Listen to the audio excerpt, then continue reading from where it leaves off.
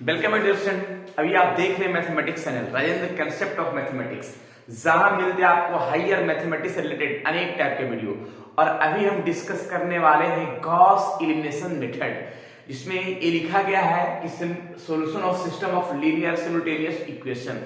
इसके अंदर बहुत सारे पार्ट होते हैं, वो हम अभी बताएंगे, जो ये आपके अनेक इंजीनियरिंग एग्जाम या फिर बीएससी, एमएससी या कोई कंपटीशन की तैयारी करने वाले विद्यार्थी हैं, जैसे कि आईआईटी, नेट, गेट, इस तरह के अनेक कंपटीशन के लिए इस टॉपिक से पूछे जाते हैं। तो इसके बारे में हम डिस्कस करने वाले हैं।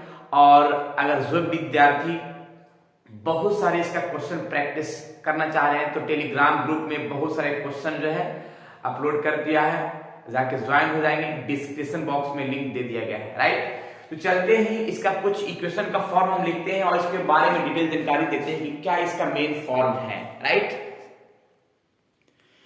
चलिए, मैंने एक लीनियर इक्वेशन का फॉर्म यहां बताया गया है। a1x plus b1y plus c1z equal to d1, a2x b2y c2z equal to d2, a3x b3y c3z equal to d3।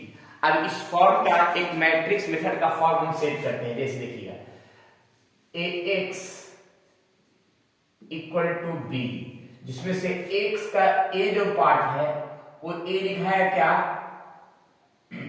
जो मेरा x का कोफिशिएंट है a1, a2, a3, b1, b2, b3, c1, c2, c3,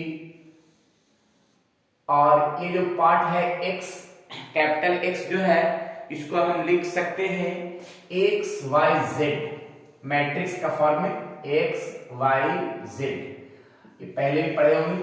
और जो b है वो right side में लिखा हुआ है d1, d2, d3। अब इस फॉर्म में तो है, लेकिन इसका सॉल्यूशन करने का कुछ मेथड है। उस मेथड को हम टाइप यहाँ पे हम इंडिकेट करते हैं कि क्या टाइप है। लेकिन ये जो लिखा गया है ax इक्वल टू b, जो x a है वो क्या है, x बाई जेड का कोफिशिएंट में, और जो x बाई जेड है वो कैपिटल X का टर्म में मैंने लिख दिया है, और b जो है बराबर के साइड में लिखा हुआ है, उसी पार्ट से यहाँ पे हम टर्म सेव किए हैं, राइट। अब इसका कुछ फॉर्म है, उसको हम फॉर्म का इंडिकेट करते हैं। जरा देखिएगा, मेथड टू सोल्व, यानी इसका सोल्व करने का कुछ मेथड है। और क्या क्या मेथड है उसमें, गॉस एलिमिनेशन मेथड है, ये और भी बहुत सारा है, वो हम टाइप लिखाते हैं, ठीक है ना। देखिए इस मेथड को सोल्व करने का तरीका है, दो टाइप दिया गया है, यानी एक डायरेक्ट मेथड और एक इनडायरेक्ट मेथड। डायरेक्ट मेथड को एग्जैक्ट मेथड या इंटरेटिव मेथड भी बोलते हैं, इस इनडायरेक्ट को, लेकिन इनडायरेक्ट को अप्रोक्सीमेट मेथड भी बोल सकते हैं, राइट। तो मेथड टू सोल्व यानी दो टर्म में दिया गया है, डायरेक्ट और इनडायरेक्ट। डायरेक्ट मेथड में क्या है कि गॉसेस एलिमिनेशन मेथड, यानी गॉस एलिमिनेशन मेथड। फिर सेकंड में क्या है, गॉस जॉर्डन मेथड, और थर्ड में है क्रॉट मेथड, ये डायरेक्ट मेथड में है, राइट। फिर इसके बाद एक और सोल्व इनडायरेक्ट मेथड, जिसको अप्रोक्सीमेट मेथड भी बोल सकते हैं, Gauss Jacobian method, Gauss Seidel method और रिलैक्सेशन मेथड, राइट। ये हो गया इनडायरेक्ट मेथड में। तो अब हम एक एक करके डिटेल से एक्सप्लेन करेंगे कि गॉस एलिमिनेशन मेथड क्या है डायरेक्ट मेथड के रूप में, राइट। तो पहले हम डायरेक्ट मेथड में इसका डिस्कस करेंगे, फिर इसके बाद एक एक करके इसका डिस्कस करेंगे, फिर इसके बाद ये इसका डिस्कस करेंगे। फिर इनडायरेक्ट में इसको अप्रोक्सीमेट मेथड बोलते हैं, उसको Gauss Jacobian method, Gauss Seidel method, relaxation method, right. तो ये सभी को हम एक एक कर डिटेल से एक्सप्लेन करते हैं, पूरी वर्किंग रूल और एग्जांपल के साथ। चलिए पहले नोट कर लीजिए, उसके बाद आगे बढ़ते हैं। चलिए, तो पहला मेथड को हम डिस्कस करते हैं पूरी वर्किंग रूल के साथ, गॉस एलिमिनेशन मेथड। तो लिखते हैं क्या इसका इक्वेशन का फॉर्म है वर्किंग रूल में।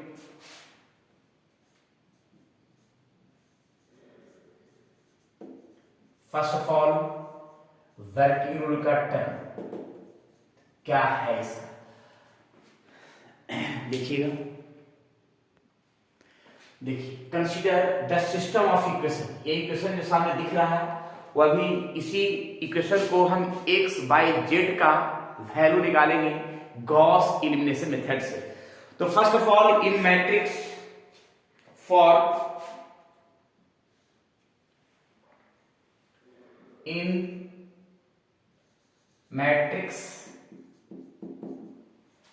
matrix form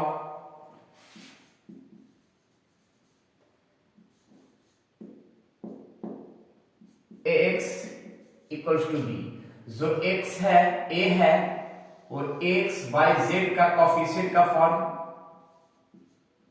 जो थोड़ा देर पहले मैंने इस चीज को डिस्कस किया था, राइट। और x जो है वो कॉलम में x y z का फॉर्म दिया जाएगा, दिखाया, और b जो है वो राइट साइड में जो इक्वल टू है उस फॉर्म को d1 d2 d3 के रूप में लिख दिया है। अब इस फॉर्म को कुछ टर्म हमें प्राप्त करना है, ठीक है, और क्या प्राप्त करना है जरा हम लिखते हैं, राइट। इसमें आर्गुमेंटेड मेथड द्वारा कुछ हम मैट्रिक्स का फॉर्म लिखेंगे, C इक्वल टू क्या लिखेंगे, A सच दैट B, एक मैट्रिक्स का फॉर्म जिसमें A जो है ये पूरा फॉर्म है जो मैंने लिख दिया, और जो B है वो D1 D2 D3 लिख दिया गया है। और इसको हमको सोल्व करना है, इक्लोन फॉर्म द्वारा, इक्लोन मैट्रिक्स, शायद मैट्रिक्स एलिमेंट्री ऑपरेशन द्वारा पढ़े होंगे या इक्लोन फॉर्म पढ़े होंगे कि इस पार्ट में जो डायगोनल है, इस डायगोनल के जो पार्ट है वो सभी पार्ट जीरो होना चाहिए, राइट। मतलब डायगोनल को इक्लोन फॉर्म द्वारा या अगर और मेथड है उस मेथड द्वारा ही जो है इस यहाँ पे जीरो, ये वाला पार्ट जीरो और ये पार्ट जीरो, डायगोनल के नीचे का पार्ट जीरो होना चाहिए, जिसको बोलते हैं अपर ट्रायंगुलर मैट्रिक्स का फॉर्म। तो हम कैसे इस फॉर्म को हम जरा लिखते हैं, उसके बाद हम इस कुछ टर्म को हम बताते हैं, राइट। तो पहले इसका फॉर्म लिख लेते हैं। देखिए मैंने इस फॉर्म में लिखा गया क्या, reduce the augmented matrix to echelon form using elementary row transformation. मतलब इसका एक फॉर्म हमको बनाना है जो कैसे जरा देखिएगा यहाँ पे, एलिमेंट्री रो ट्रांसफॉर्मेशन का क्या है कि देखिए A1 B1 C1, और मैंने बताया कि इस फॉर्म को देखिए इस टर्म के नीचे जो पार्ट है वो क्या होना चाहिए, जीरो होना चाहिए। तो यहाँ पे जीरो हो जाएगा, और कैसे जीरो होगा वो हम एग्जांपल के साथ बताएंगे। ये B2 ऐसा ही रह जाएगा और C3 भी रह जाएगा, और यहाँ पे जो पार्ट है यहाँ C3, हाँ C3 रहेगी, C2 रह जाएगा, ऐसा है, राइट। फिर यहाँ पे 0 0 और ये C3 का पार्ट, राइट। तो ये जो पार्ट है ये इस टर्म में सोल्व करेंगे एलिमेंट्री ऑपरेशन द्वारा, और सोल्व करने के बाद जो फॉर्म आना चाहिए वो ये जो डायगोनल है इसको जीरो आना चाहिए, इसको अपर ट्रायंगुलर मैट्रिक्स के फॉर्म, और बाकी जो ये फॉर्म है ऐसा ही रहेगा, D1 D2 और D3। अब इसका एक फॉर्म में इक्वेशन तैयार करना है, इक्वेशन में जगह जो आएगा ax by cz, और ये तो जीरो हो गया, by b2 c2z, और ये सब जीरो हो गया तो c3z, और बराबर में से लिखा जाएगा। कैसे लिखाएगा वो हम लिख के दिखाते हैं, राइट, पहले नोट किया जाए। देखिए सोल्व करने का the corresponding system of equation are, देखिए कैसे लिखेंगे इसके इक्वेशन के फॉर्म में। तो यहाँ की ax plus by plus c1z equal to D1, और ये पार्ट तो जीरो हो जाएगा। कैसे जीरो होगा एग्जाम हम बताएंगे एग्जांपल से। फिर यहाँ पे रहेगा B2y C2z और ये D2, राइट।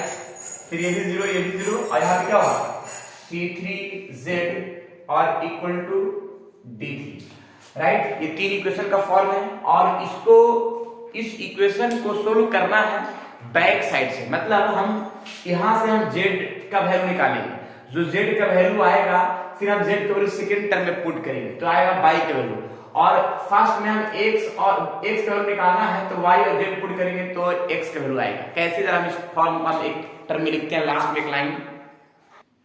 चलिए मैंने देखिए क्या लिखा है, the solution of system is obtain by solving there equation buy back substitution, मतलब पीछे का टर्म से जो है ना हमको पुट करते जाना है, इससे जेड निकालेंगे, फिर उसके बाद जेड का वैल्यू आएगा, फिर जेड का वैल्यू सेकंड में पुट करेंगे, इससे वाई का वैल्यू आएगा, और जब वाई और जेड निकल जाएगा तो वाई और जेड पुट करेंगे फर्स्ट में तो एक्स वैल्यू आएगा। इस तरह से फाइंड करेंगे एक्स वाई जेड का वैल्यू गॉस एलिमिनेशन मेथड द्वारा।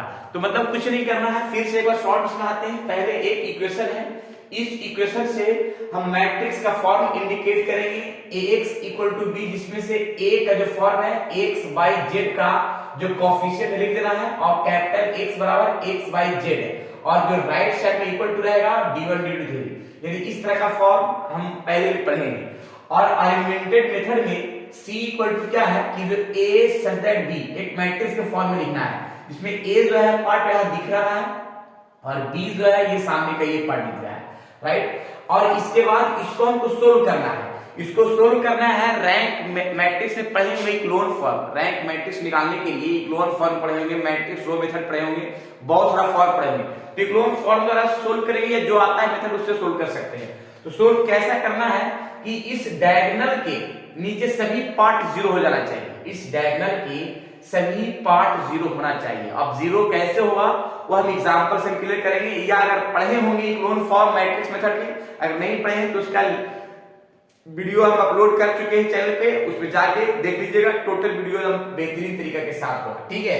तो इसका हम 0 0 लाएंगे और उसके बाद इस फॉर्म को एक इक्वेशन तैयार करेंगे x y z में। x y z लगाएंगे, बराबर में d लिखेंगे जो मैंने लिख दिया है वैसा ही। ये तो 0 हो गया, यहाँ by 2 और यहाँ पे z लिखेंगे y और z के रूप में, और यहाँ से z लिखा जाएगा। और इसको सोल्व करेंगे नीचे से बैक से साइड से और वैल्यू निकाल लेंगे, राइट। वही आएगा x बाई z का मेथड। अब थोड़ा इस पर क्वेश्चन दिखाते हैं, इसको नोट करिए। चलिए क्वेश्चन है, solve the following system of equation by Gauss elimination method. अब गॉस एलिमिनेशन मेथड द्वारा x बाई z का वैल्यू कैसे निकालेंगे जरा देखिएगा। सॉल्यूशन में first of all in given equation, in the given system of equation, the given system of equation, the given system of equation in matrix form, in matrix form ax equal to b, ax यानी a है जो अभी मैंने बताया था x by z का coefficient का form. देखिए a जो है x का कोफिशिएंट और y का कोफिशिएंट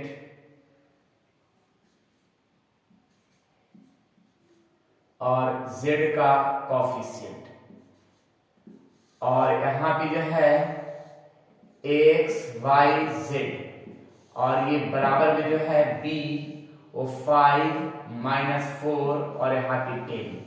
इस तरह का इक्वेशन मैंने तैयार किया जो सामने दिख रहा है मैट्रिक्स फॉर्म द्वारा। क्लियर। अब इसका आर्गुमेंटेड मेथड का फॉर्म हम सेट करते हैं। देखिएगा आर्गुमेंटेड मैट्रिक्स, आर्गुमेंटेड मैट्रिक्स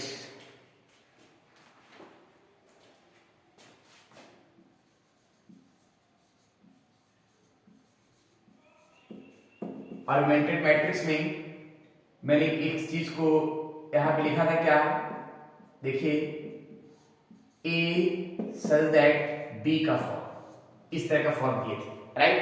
जिसमें से यहां जो फॉर्म है a वो हम इस तरह का पार्ट लिख सकते हैं। a जो है 1 3 2, लेकिन एक चीज ध्यान रखना है कि अगर मान लिया इस इक्वेशन में पहला टर्म 1 नहीं है, अगर मान लिया यहाँ पे 4 है या 3 है, तो जिसमें 1 है उस पार्ट को पहले ऊपर लिखेंगे। मान लिया इसमें 1 है तो इस पार्ट को ऊपर लिखेंगे, और मान लिया यहाँ पे 4 रहता तो इसको नीचे लिखते, लेकिन अगर 1 है तो 1 डायरेक्ट लिख दे रहे हैं, ठीक है। देखिए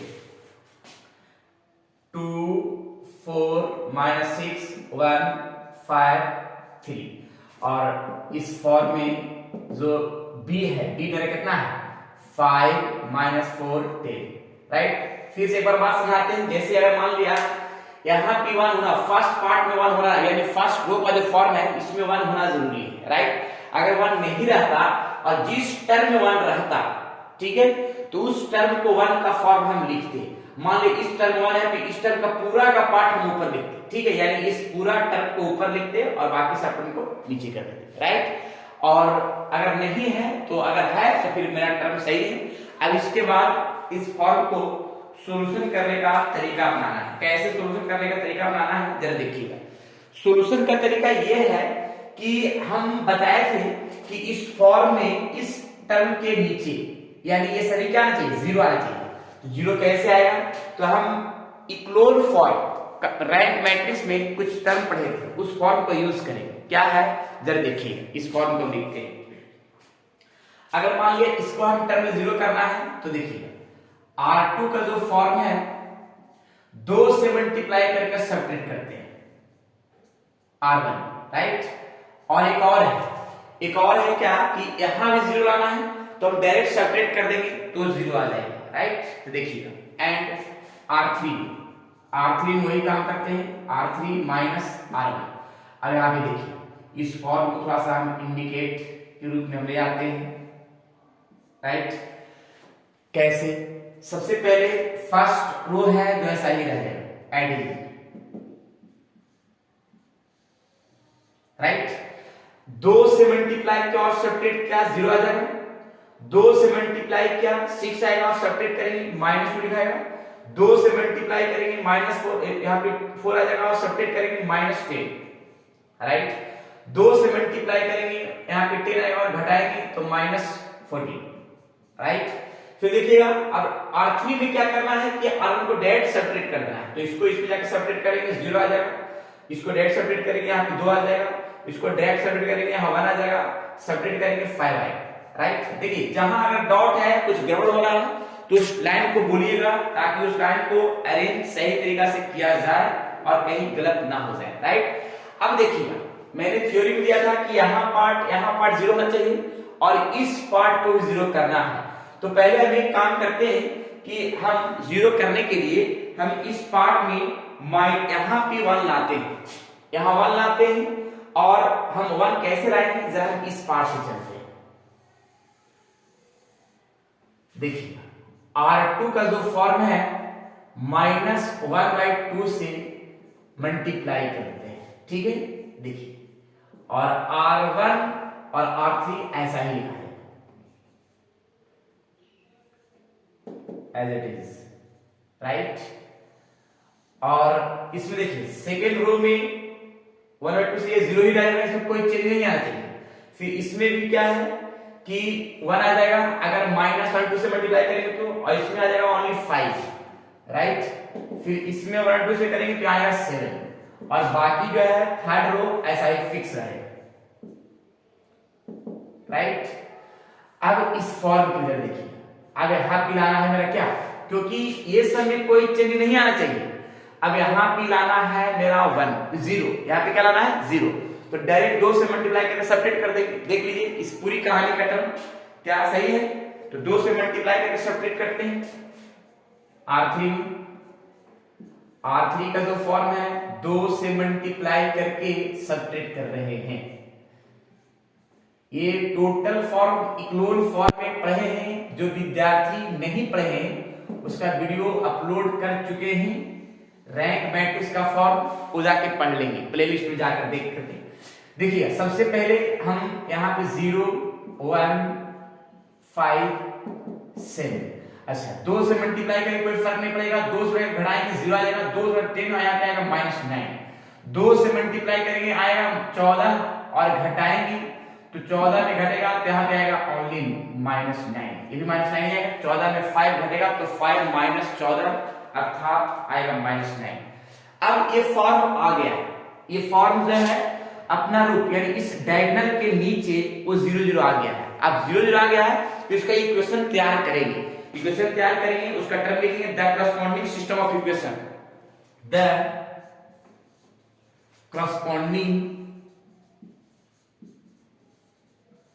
corresponding system of equation of equation. अब किस तरह से इक्वेशन तैयार करना है देखिएगा, जैसे ये लाइन तैयार करना है, देखिए तो यहाँ पे x plus 3y plus 2z equals to 5, वैसा ही इस फॉर्म में ये जीरो तो सब समाप्त हो गया, इसमें y plus 5z equal to 7, इसमें तो जीरो जीरो है, यहां से बचेगा क्या minus 9z equal to minus 9, right. तो ये इक्वेशन तैयार हो गया जो थ्योरी में मैंने बताया था, जो सामने दिख रहा है, क्लियर। अब यहाँ पे जो है सोल्विंग y, यहाँ पे सोल्व करेंगे बैक सब्स्टिट्यूशन मेथड से, solving y, solving y back substitution method, substitution for. अब यहाँ पे कैसे सोल्व करें, जैसे अगर मान लिया हम बताएं कि देखिए अगर हम minus 9z equals to minus 9 है, तो इस फॉर्म में एक चीज तो कंफर्म है कि अगर हम इस टर्म से सॉल्यूशन करते हैं तो माइनस 9z यहाँ पे कैंसिल होगा, देन z बराबर आ जाएगा मेरा 1, राइट। अब यही 1 का वैल्यू देखिए इस टर्म में y plus 5z equal to 7 है, इस फॉर्म में अगर हम z का वैल्यू 1 पुट करते हैं, z का वैल्यू अगर हम 1 पुट करते हैं तो देखिएगा इस फॉर्म का टर्म क्या आएगा, y इक्वल ये 5 जाके इधर माइनस होगा तो कितना आ जाएगा 2 आ जाएगा, राइट।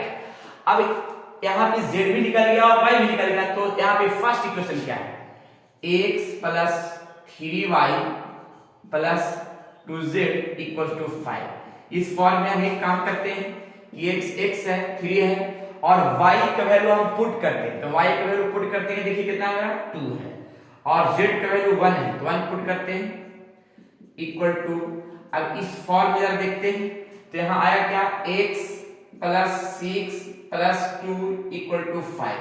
अब इस फॉर्म में जो वैल्यू आ रहा है वो x का, वो x इक्वल टू 5 माइनस 8 अर्थात माइनस 3 जो सामने दिख रहा है, यानी x y z का जो वैल्यू निकाले हैं वो कहीं गड़बड़ है वो देख लीजिए। तो मैंने माइनस 3 निकाला x का वैल्यू, तो यहां लिखेंगे लास्ट में हेंस